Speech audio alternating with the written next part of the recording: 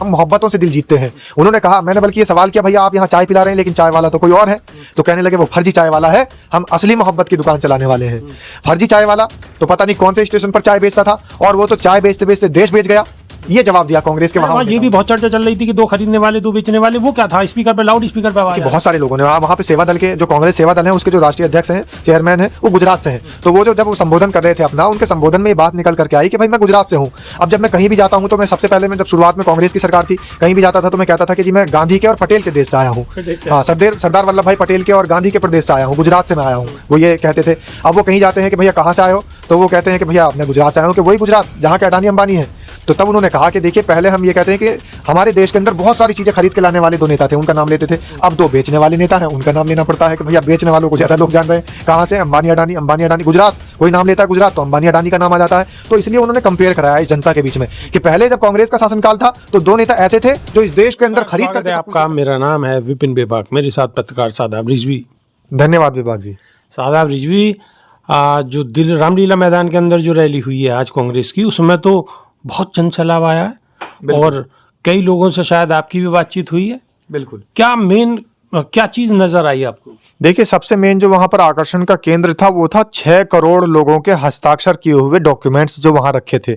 इस देश के पूरे कोने कोने से, हर प्रदेश से, हर राज्य से, हर जिले से, हर तहसील से, ग्रामीण पगडंडियों से, ग्रामीण अंचलों से, हर जगह से लोगों की राय मांगी। कांग्रेस के पदाधिकारियों ने, कार्यकर्ताओं ने घर घर जाकर के लोगों से पूछा कि अगर आपको वोट चोरी लग रही है, इस देश के अंदर वोट चोरी हो रही है, तो आप लिख करके दीजिए, क्योंकि चुनाव आयोग मान नहीं रहा है। चुनाव आयोग कह रहा है कि हमें सबूत चाहिए।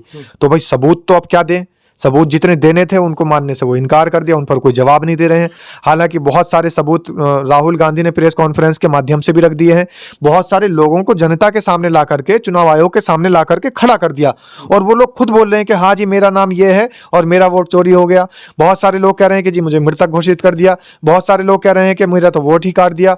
तो ऐसे तमाम सबूत रखे गए, और नए जो वोट बने हैं, अब कोई ब्राजील की एक उसके अंदर इन्फ्लुएंसर है या मॉडल है कोई, वो भी है, उसका वोट बना। एक जगह कुत्ते का फोटो लगा दिया गया, कहीं जगह 00 मकान नंबर, वो तो चलिए कह दीजिए मिस प्रिंटिंग हो गई या कुछ हो गया, लेकिन कुत्ते का फोटो लगाना, ब्राजील की मॉडल को यहाँ वोटर बना देना, ये बहुत सारे सबूत निकल करके आए। चुनाव आयोग ने कुछ नहीं माना।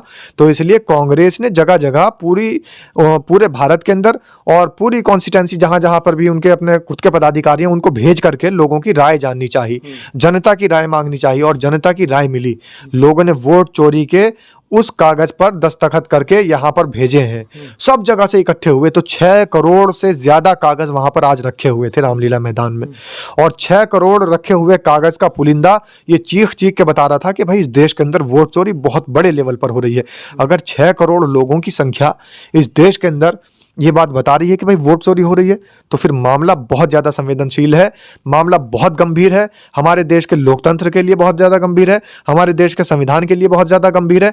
और साथ ही वहाँ पर जब राहुल गांधी आए हैं, तो मैं आपको बता दूं कि राहुल गांधी के इंतज़ार में लोग सुबह 7 बजे से लोग वहाँ पर बैठे थे।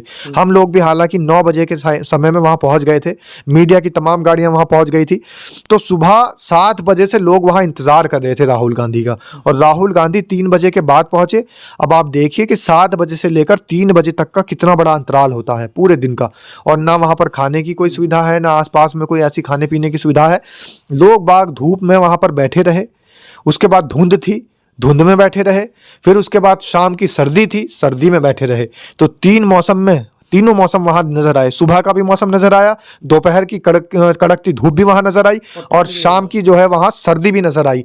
तो वहां पर लोग बाग सुबह में, दोपहर की धूप में, शाम की सर्दी में, धुंध में, दिल्ली के भयंकर प्रदूषण में लगातार अपने नेता के इंतजार में। सुना ये भी है कि कांग्रेस ने बड़ा दिल खोल के लोगों का स्वागत किया है, लोगों को अच्छी व्यवस्था थी चाय नाश्ते की। देखिए वहां पर मोहब्बत की दुकान लगी हुई थी, और वो ये कह रहे थे कि भाई असली चाय वाले हम हैं, चाय पिलाई, क्योंकि सर्दी का मौसम है। जितने बाहर के लोग मेहमान आए थे, उन मेहमानों का स्वागत करते हुए उन्होंने लिखा सामने मोहब्बत की दुकान। और मैंने तो बल्कि वहां ये भी देखा कि कुछ भाजपा के भी ऐसे लोग थे समर्थक, वहां पे चाय पी पी करके चले गए। भाई आप क्या करने आए? कहने लगे जी वो चाय मिल रही है यहाँ, तो चाय पीने के लिए वो वहां पहुंच गए।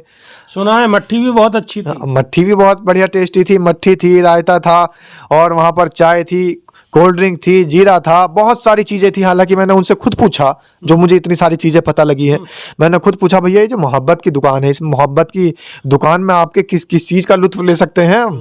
तो उन्होंने तब मुझे बताया दिल्ली प्रदेश की तरफ से मोहब्बत की दुकान लगी हुई थी।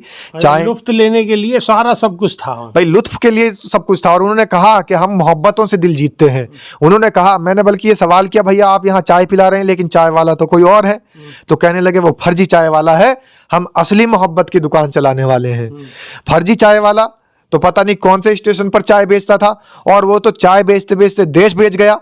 ये जवाब दिया कांग्रेस के वहां। ये भी बहुत चर्चा चल रही थी कि 2 खरीदने वाले 2 बेचने वाले, वो क्या था? स्पीकर पे, लाउड स्पीकर पे आवाज। बहुत सारे लोगों ने वहां पे सेवा दल के, जो कांग्रेस सेवा दल है उसके जो राष्ट्रीय अध्यक्ष हैं, चेयरमैन हैं, वो गुजरात से हैं।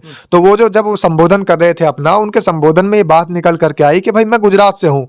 अब जब मैं कहीं भी जाता हूँ तो मैं सबसे पहले, मैं जब शुरुआत में कांग्रेस की सरकार थी, कहीं भी जाता था तो मैं कहता था कि जी मैं गांधी के और पटेल के देश से आया हूँ। हाँ, सरदार वल्लभ भाई पटेल के और गांधी के प्रदेश से आया हूँ, गुजरात से मैं आया हूँ, वो ये कहते थे। अब वो कहीं जाते हैं कि भैया कहाँ से आए हो, तो वो कहते हैं कि भैया मैं गुजरात से आया हूँ, कि वही गुजरात जहाँ के अडानी अंबानी है।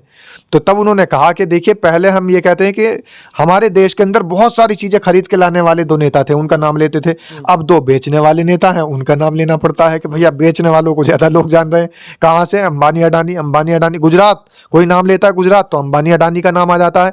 तो इसलिए उन्होंने कंपेयर कराया इस जनता के बीच में कि पहले जब कांग्रेस का शासनकाल था तो 2 नेता ऐसे थे जो इस देश के अंदर खरीद करके सब कुछ दे करके गए, बाहर से विदेशों से खरीद करके लेकर आए, और इस देश के अंदर उन्होंने सुविधाएं। 2 नेता यहाँ के ऐसे हैं कि जो बेच रहे हैं और 2 खरीद रहे हैं। और बल्कि मैं तो उन्हें नेता नहीं कहूंगा, नेताओं के आका हैं। अच्छा, नेता तो उनके गुलाम है हमारे देश के, क्योंकि हमारे देश के नेता उनकी गुलामी में इतने ज्यादा लगे हुए हैं कि उनके बच्चों के लिए, अगर उनकी मनोरंजन के लिए कहीं कुछ बनाना हो तो उनके चिड़ियाघर में पले हुए पालतू जानवरों को दूध पिलाने के लिए प्रधानमंत्री पहुंच जाते हैं।